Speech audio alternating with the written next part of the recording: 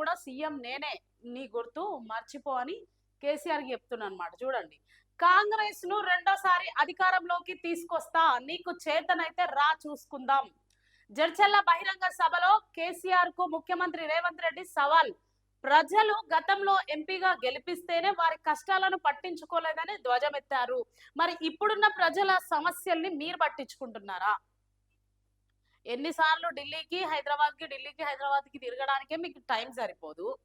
అసలు ఇచ్చిన అవకాశాన్ని మీరు సద్వినియోగం చేసుకుంటున్నారా? ప్రజలు ఇచ్చిన అవకాశాన్ని మీరు సద్వినియోగం చేసుకుంటున్నారా? మీరిచ్చిన పథకాలలో ఎన్ని నెరవేరాయి అని ప్రజలు కూడా మిమ్మల్ని కూడా సవాల్ చేస్తారు, మీకు కూడా క్వశ్చన్ చేస్తారు కదా. చూడండి ఏమంటున్నాడు, జడ్చల్ల బహిరంగ సభలు అంటే బహిరంగ సభలు పెట్టేది ప్రజల కోసం పెడతారా, లేదంటే మీరు ఒకరికొకరు సవాళ్ళు చేసుకోవడానికి పెడతారా? ఒకసారి ఆలోచించండి ప్రజలారా. ఈ బహిరంగ సభ పెట్టడానికి ఎన్ని వేలు ఖర్చు అవుతుంది? ఇన్ని వేలు ఖర్చు పెట్టి, అమ్మ మీకు ఏ సమస్య ఉంది, మేము మా పార్టీ ద్వారా ఇది చేస్తున్నాం, ఇది చెయ్యాలనుకుంటున్నాం అని ప్రజలతో ముచ్చటించడానికి బహిరంగ సభలు పెడతారా?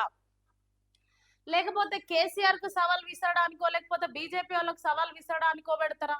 ఆలోచించండి. ఇన్ని వేల కోట్లు డబ్బులు ఖర్చులు అవుతున్నాయి సభలకు. అన్ని వేలు ఖర్చు పెట్టి నువ్వు సభ పెడుతున్నప్పుడు ఆ సభ ద్వారా ప్రజలకు ఏం ఉపయోగం, యువతకి ఏం చెప్పాలనుకుంటున్నావు, నీ పార్టీ ద్వారా ఇంకా నువ్వు ఏం చేయాలనుకుంటున్నావు, ఒక సీఎం గా నీ బాధ్యత ఏంటి, అది చెప్పకుండా నెక్స్ట్ వచ్చేది మేమే అని సవాల్ విసురుతున్నాం. అసలు నెక్స్ట్ వచ్చేది ఎవరో నిర్ణయించాల్సింది మీరు కాదు, ప్రజలేసే ఓటు. అంటే బీఆర్ఎస్ లేకపోతే కాంగ్రెస్, కాంగ్రెస్ లేకపోతే బీఆర్ఎస్ వస్తుంది అనుకుంటున్నారా?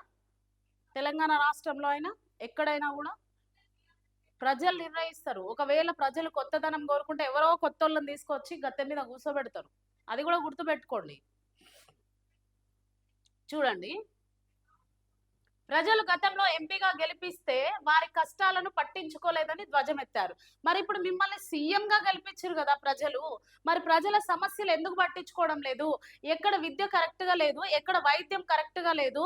అసలు ఒక్క రోజైనా కూడా మీరు పర్యటించి హైదరాబాద్ లో చూసిరా, ఈ హాస్పిటల్లో బాగాలేదు, లేకపోతే ఈ గవర్నమెంట్ స్కూల్లో బాగాలేదు. నిజానికి చెప్పాలంటే గవర్నమెంట్ స్కూల్ వసతులు అన్ని బాగుంటే మన హైదరాబాద్ లో, మన తెలంగాణలో ఎవ్వరు కూడా ప్రైవేట్ యాజమాన్యాలకు వెళ్ళరు. ప్రైవేట్ యాజమాన్యాలకు వెళ్తున్నారు, ప్రైవేట్ స్కూల్స్ కి వెళ్తున్నారు అంటే మనలో లోపం ఉందని అర్థం. అది ప్రభుత్వం ఎందుకు అర్థం చేసుకోలేకపోతుంది? ప్రభుత్వ స్కూల్స్ బాగుంటే ఇప్పుడు వేలకు వేల ఫీజులు కట్టి ఎందుకు తల్లిదండ్రులు ప్రైవేట్ స్కూల్లో వేస్తారు? ఆలోచించండి.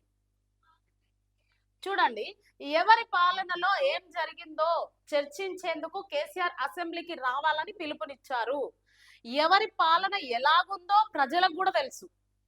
మీ ఇద్దరికి తెలవడం పక్కన పెడితే ప్రజలకు కూడా తెలుసు. గత ప్రభుత్వంలో ఎలాగుంది, గత ప్రభుత్వంలో మైనస్లు ఉన్నాయి కాబట్టే ఇప్పుడు నీ ప్రభుత్వం వచ్చింది. మరి నీ ప్రభుత్వంలో కూడా మైనస్లు ఉంటే ఎవరి ప్రభుత్వాన్ని తీసుకొస్తారో ప్రజల మనసును ఫస్ట్ దోచుకోవడానికి ప్రయత్నించాలి. ప్రజలకు ఏం అవసరం, ప్రజలకు ఏం కావాలి, సొంత ఇల్లులు ఇస్తా అన్నారు. 2.5 సంవత్సరం అయింది. గత ప్రభుత్వంలో ఇవ్వలేదు, ఇప్పుడు కూడా ఇవ్వలేదు. ఎన్ని రోజులు కిరాయిలు కట్టి కట్టి కట్టి చచ్చిపోతారు ప్రజలు? చూడండి, మళ్ళీ ఎవరి పాలనలో ఏం జరిగిందో చర్చించుకునేందుకు కేసీఆర్ అసెంబ్లీకి రావాలంట. కేసీఆర్ అసెంబ్లీకి వస్తే మీరు మళ్ళా సవాళ్ళు విసురుకోవడము, మీరు గొడవలు పడ్డము, అక్కడ మాట్లాడేది కూడా ప్రజా సమస్యలు ఉండవు. నిజానికి చెప్పాలంటే అసెంబ్లీలో కూడా ప్రజా సమస్యల గురించి ఒక్కరు కూడా చర్చ జరగదాడ.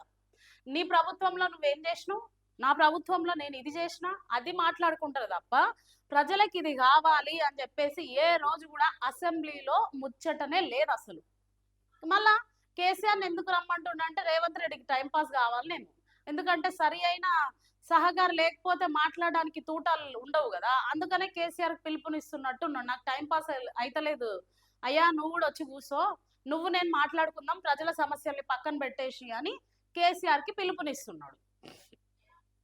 రైతుల కష్టాలు పట్టించుకుంటలేరు. రైతులు రోడ్ల మీద పడి యూరియా కోసము, లేకపోతే రైతు బంధు కోసము వాళ్ళ కష్టాలు నానా తంటలు పడుతున్నారు. వాళ్ళని మాత్రం పట్టించుకుంటలేరు. కానీ కేసీఆర్ కి మాత్రం సవాల్ చేస్తుండు. అసలు ముందు నీ ప్రభుత్వం నువ్వు చూసుకో, అధికారంలో ఉండేది ఇంకా 2.5 సంవత్సరమే. ఈ 2.5 సంవత్సరంలో ఇంకేం చేయాలి నేను ప్రజల కోసం అని ఆలోచించాలి. లేదంటే తమిళనాడులో విజయ్ గెలిచిండు, ఎట్లొచ్చిందో ఏమో తుఫాన్ లెక్క ఆయన గెలుపు, అట్లనే వస్తది మళ్ళా. అది కూడా ఆలోచించుకోండి. నేను పోతే కేసీఆర్, కేసీఆర్ పోతే కేటీఆర్, కేటీఆర్ పోతే రేవంత్ రెడ్డి, ఇట్లా అనుకుంటుర్రేమో. అది అసాధ్యం. ప్రజలకు ఒక్కసారి మైండ్ లో బల్బ్ వెలిగింది అనుకోండి, అక్కడ విజయ్ గెలిచినట్టు ఇక్కడ ఎవరు గెలుస్తారో కూడా ఊహించలేరు అసలు. అది గుర్తుపెట్టుకోండి. కృష్ణా నీటిపై 60 ఏళ్ల రావణ కష్టానికి శాశ్వత పరిష్కారం చూపుతామని ప్రకటన. అన్ని ప్రకటనలే చేస్తారు రాజకీయ నాయకులు, అన్ని ప్రకటనలే.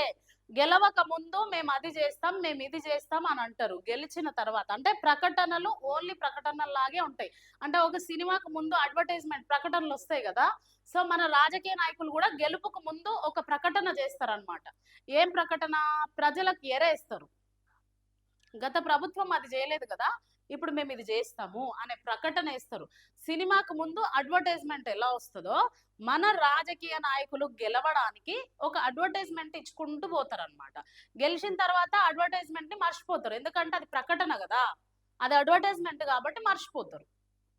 చూడండి, ప్రకటన ఇస్తున్నాడంట. ఏమని ప్రకటన? మన సీఎం రేవంత్ రెడ్డి ప్రకటన ఇస్తున్నారు. కృష్ణా నీటిపై 60 ఏళ్ల రావణ కష్టానికి శాశ్వత పరిష్కారం చూపుతామని ప్రకటన చేస్తున్నాడు. ఏడాదిలోగా పాలమూరు రంగారెడ్డి ప్రాజెక్టు పూర్తి చేస్తామని హామీలు ప్రకటనలు 2.5 సంవత్సరం అయింది. ఇచ్చిన ప్రకటనలలో హామీలలో నెరవేరింది ఫ్రీ బస్సు. ఆ ఫ్రీ బస్సు కూడా ఆడోళ్ళు జుట్లు పట్టుకొని కొట్టుకోవడం తప్ప ఆడ చేసేది ఏమీ లేదు. ఫ్రీ బస్ పెట్టిర్రు, అసలు ఫ్రీ బస్సు ఎవరికి ఉపయోగపడుతుంది? మరి ఉచిత గ్యాస్ సిలిండర్ వస్తుందా? అది కూడా ఆలోచించండి. మహిళలకు నెలకు ఉపాధి కింద డబ్బులు ఇస్తా అన్నారు, అది వస్తుందా? ఇవన్నీ కామెంట్ చేయండి ప్రజలారా, మీకు వస్తుందా అనేది మీరు కామెంట్ చేయండి. ఇందిరమ్మ పథకం కింద ఇల్లులు ఇస్తాము అన్నారు.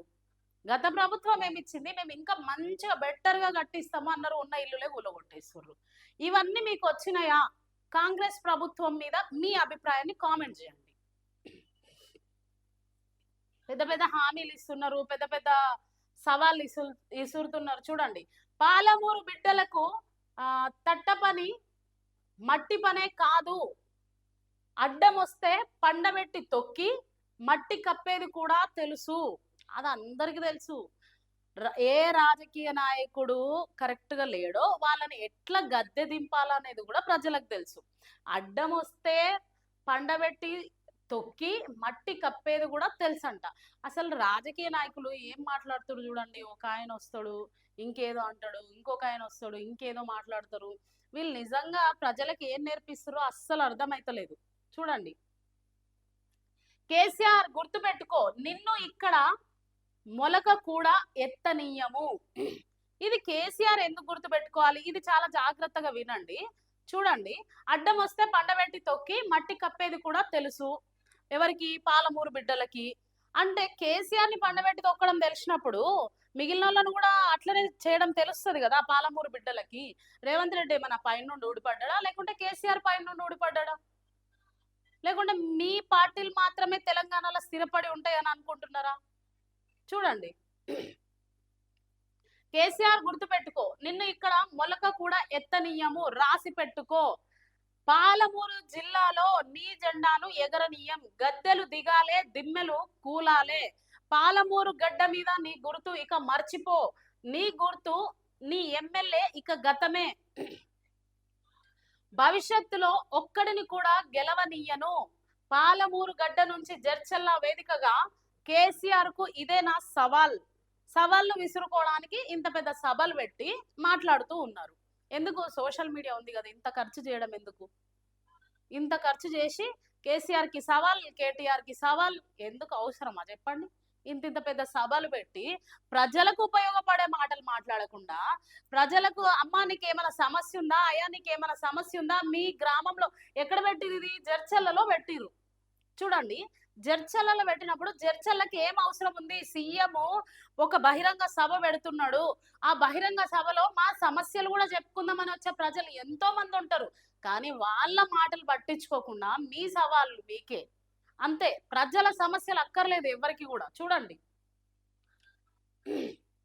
అని ఎవరికి? ఇదే నా సవాల్ అని రేవంత్ రెడ్డి చెప్తుండు. నీకు చేతనైతే రా చూసుకుందాం. 1994 నుంచి 2004 వరకు టీడీపీ 2 సార్లు అధికారంలో ఉంది. 2004 నుండి 2014 వరకు కాంగ్రెస్, 2014 నుండి 2024 వరకు బీఆర్ఎస్ రాష్ట్రంలో అధికారంలో ఉన్నాయి. రాష్ట్రంలో రెండోసారి కాంగ్రెస్ ను అధికారంలోకి తీసుకొచ్చే బాధ్యత నాది. 2024 నుండి 2034 వరకు కాంగ్రెస్ అధికారంలో ఉంటుందని ముఖ్యమంత్రి రేవంత్ రెడ్డి వ్యాఖ్యానించారు. ఉమ్మడి మహబూబ్ నగర్ జిల్లాలో రెండో రోజు శుక్రవారం సాగునీటి ప్రాజెక్టుల సందర్శన అనంతరం జడ్చర్లలో నిర్వహించిన బహిరంగ సభలో ఆయన ప్రసంగించారు. వెనుకబడ్డ పాలమూరు జిల్లాను దేశానికే ఆదర్శ జిల్లాగా అభివృద్ధి చేసే బాధ్యత తీసుకుంటానని చెప్పారు. పాలమూరు బిడ్డలు ఇచ్చిన ధైర్యంతోనే తాను ఎవరితోనైనా కొట్లాడతానని ఆయన మాట్లాడుతూ హెచ్చరించాడనమాట. సవాళ్లు చేసుకోవడానికి ఇంత పెద్ద బహిరంగ సభ అయితే అవసరం లేదని నేను అనుకుంటున్నా. చూడండి, ఒకరినొకరు సవాళ్లు చేసుకోవడము అంతే. ప్రజలకు పనికొచ్చే మాటలు అయితే రేవంత్ రెడ్డి ఈ సభలో ఏం చెప్పిండో నాకేం అర్థమైతలేదు. ఇప్పుడు అక్కడ ఒక సభ పెట్టిండ్రు. సభ పెట్టిన తర్వాత ఈ సభలో అమ్మ మీకు ఏమైనా సమస్య ఉందా? ఒకవేళ స్టూడెంట్స్ వచ్చింటారు, ఆటో డ్రైవర్లు ఎన్ని సమస్యలు ఉన్నాయి. ఆటో డ్రైవర్లు 55 రూపాయలు ఉన్న గ్యాస్ ఇప్పుడు 110 రూపాయలు అయింది. అంటే డబల్ కి డబల్ పెరిగినప్పుడు మన తెలంగాణ సీఎం రేవంత్ రెడ్డి నా ఆటో సహోదరులు ఇంతగానం రోడ్ల పైన వాళ్ళు చూస్తూ ఉంటారు కదా, తిరుగుతూనే ఉన్నారు కదా. మీరు రోడ్ల పైన తిరుగుతలేదా? గాల్లో తిరుగుతున్నారా? మీకు కనపడతలేవా ఇలాంటి సమస్యలన్నీ? డ్రైవర్లు వచ్చే కిరాయికి గ్యాస్ సరిపోతలేదంట. మేము ఆటోలలో వెళ్తే బుక్ చేసుకొని వెళ్ళినప్పుడు కానీ, కిరాయికి తీసుకొని వెళ్ళినప్పుడు కానీ వాళ్ళ సమస్యలు వింటూ ఉంటే బాధ అవుతుంది మాకు. కానీ మీకు బాధ అవుతలేదు. మీరు బహిరంగ సభ పెట్టి ఇక్కడ ఆటో డ్రైవర్లు ఉన్నారా, రైతులు ఉన్నారా, రైతుల కష్టం ఏంది, ఆటో డ్రైవర్ల కష్టం ఏంది, రోడ్ల పైన ఎందుకు అంతగానం ఆటోలు నిలబడ్డాయని ఎందుకు కేంద్రాన్ని నిలదీస్తలేరు? గ్యాస్ కి ఎందుకు డబల్ కి డబల్ రేట్ పెరిగింది? నిత్యావసర సరుకులు ఎందుకు పెరిగినాయి? ఒక ఆయిల్ ప్యాకెట్ కొనాలి అంటే ఎంత కష్టం పడాల్సి వస్తుంది. ఒక ఆయిల్ ప్యాకెట్ ఫస్ట్ 150 ఉన్న ఆయిల్ ప్యాకెట్ ఇప్పుడు 200 రూపాయలు ఉంది, 190 రూపాయలు ఉంది. ఇంత పెరిగితే రూమ్ రెంట్లు కట్టుకుంటూ, స్కూల్ ఫీజులు కట్టుకుంటూ, నిత్యావసర సరుకులు ఇంత పెరిగితే ఎట్లా కట్టుకోగలుగుతారు అసలు? ఆలోచించండి. అట్లనే ఆటో డ్రైవర్ల గురించి కూడా మనం నిజంగా వాళ్ళు ఎంత బాధపడుతున్నారంటే 55 రూపాయలు లీటర్ గ్యాస్ ఉన్నది ఇప్పుడు 110 రూపాయలు అయింది. ఈ 110 రూపాయలు గ్యాస్ పోపించుకొని వాళ్ళకి కిరాయిలు లేక రోడ్ల మీద ఉచిత బస్ పెట్టిర్రు, గ్యాస్ రేట్ పెంచేసిర్రు. ఇప్పుడు వాళ్ళు ఎట్లా బతకాలి? ఆటో డ్రైవర్లు గత సంవత్సరంలో ఎంతో మంది ఆత్మహత్యలు చేసుకొని చచ్చిపోయారు. అది మన తెలంగాణ సీఎంకి కనిపిస్తలేదు. మన తెలంగాణ సీఎంకి ఏం కనిపిస్తుందంటే, కేసీఆర్ నువ్వు ఫామ్ హౌస్ లో వంతావా మంచిగా, నేనేమో ఎండలకు తిరుగుతున్నా, నేను అక్కడ చేస్తున్నా, ఇక్కడ చూస్తున్నా, నువ్వు మాత్రం మంచిగా ఫామ్ హౌస్ లో వండుకుంటావా? లేచిరా, బయటికి రా, మన ఇద్దరం సవాలు చేసుకుందాం. ఇది రేవంత్ రెడ్డి మాట్లాడుతున్నాడు. అంతేగాని గ్యాస్ పెరిగింది, వంట గ్యాస్ పెరిగింది, ఆటో గ్యాస్ పెరిగింది, మన ఆటో డ్రైవర్స్ ఎట్లా బ్రతుకుతున్నారు అని వాళ్ళ సమస్య గురించి ఒక్కసారైనా మాట్లాడిరా? అసలు కనిపిస్తుందా మీ కళ్ళకి? రోడ్ల పైన లైన్లు గంటల తరబడి గ్యాస్ల కోసం నిలబడి మళ్ళీ అదే గ్యాస్ తీసుకెళ్ళి వాళ్ళు ఏం చేయాలి? గంటల తరబడి నిలబడాలి. ఆ లీటర్ గ్యాస్ లో 110 రూపాయలు గ్యాస్ పోసుకుంటే 200 రూపాయలు కూడా నడిపియరు. ఆటో ఈఎంఐ ఏం కట్టుకోవాలి? కుటుంబాన్ని ఎలా పోషించుకోవాలి? మీరే ఆలోచించండి ఒకసారి.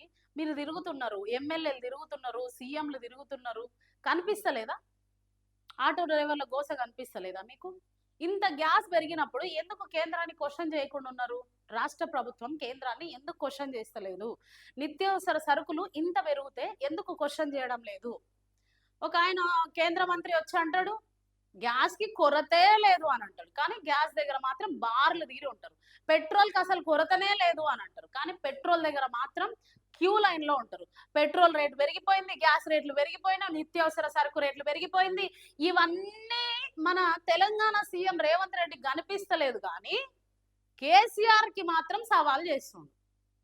సరే నువ్వు చెయ్యి, కేసీఆర్ కి సవాల్ చేయి, మేము వద్దంటలేము, కానీ ఫస్ట్ ప్రజల సమస్యల గురించి మాట్లాడాలి కదా.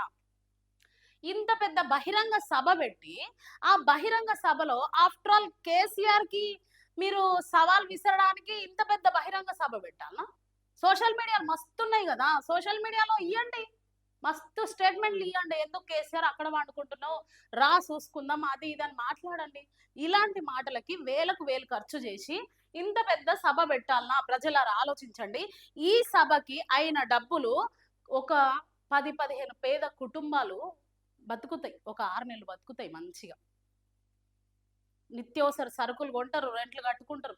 కానీ ఇట్లా డబ్బులు అయితే వేస్ట్ చేస్తుర్రు, డబ్బులు వేస్ట్ అవుతున్నాయి. కానీ అక్కడ మళ్ళా ప్రజలకు ఉపయోగపడే మాటలు కూడా లేవు.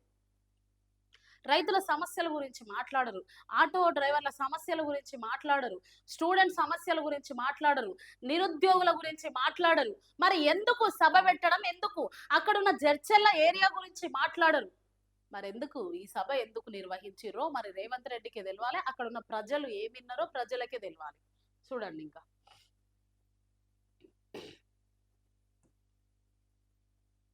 ఇక్కడ చూడండి. కాంగ్రెస్ నిర్లక్ష్యంతో ప్రమాదంలో తెలంగాణ నీటి హక్కులు. ప్రభుత్వ నిర్లక్ష్యంతో తెలంగాణ నీటి హక్కులకు ప్రమాదం వాటిల్లుతోంది. BRS deputy floor leader Harish Rao ఆందోళన వ్యక్తం చేశారు. రైతుల ప్రయోజనాలను కాపాడడంలో ప్రభుత్వం విఫలమైందంటూ ఆయన ముఖ్యమంత్రికి లేఖ రాసిందనమాట.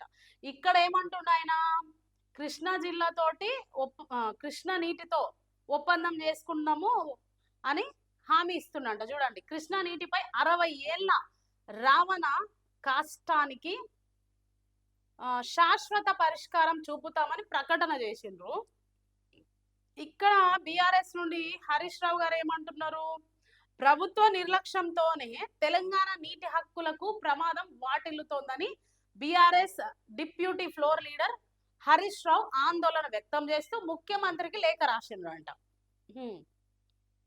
నేను అదే అంటున్నా, ఇంత పెద్ద సభ పెట్టి ఇక్కడ రైతుల గురించి, రైతుల ప్రయోజనాలను కాపాడడంలో ప్రభుత్వం విఫలమైపోయింది అని ప్రతిపక్షంలో ఉన్న నాయకులు మాట్లాడడానికి ఛాన్స్ ఇచ్చే మీరు ఇక్కడ జరుగుతున్న సభలో ఎందుకు ప్రజల గురించి మాట్లాడలేకపోతున్నారు? రైతులకు నీటి గురించి ఎందుకు మాట్లాడలేకపోతున్నారు?